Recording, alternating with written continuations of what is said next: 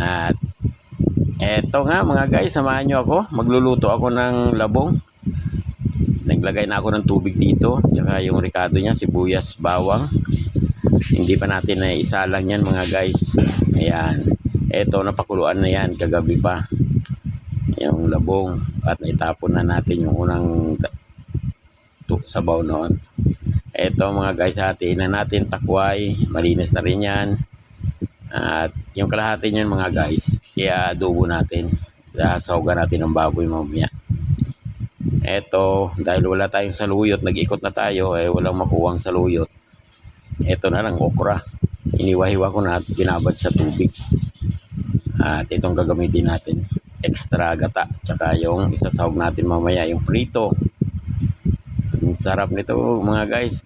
Napakasimple, napakadaling lutuin. Ganito rin ba kayo magluto?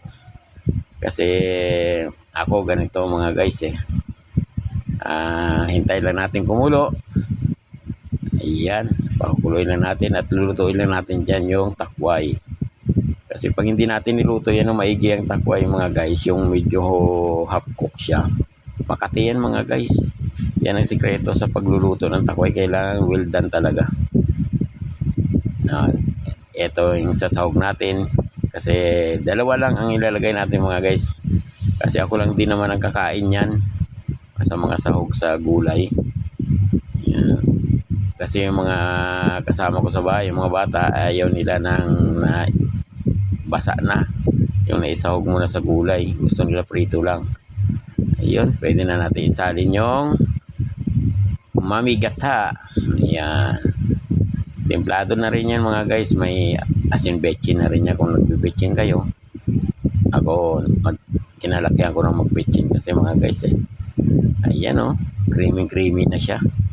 Malapot na yung sabaw dahil sa gata tsaka okra. Medyo madulas-dulas. Sa mga lumaking probinsya na ngayon nasa city na, hindi na gaano nakakapag-ulam nito, ay mataka muna kayo ha.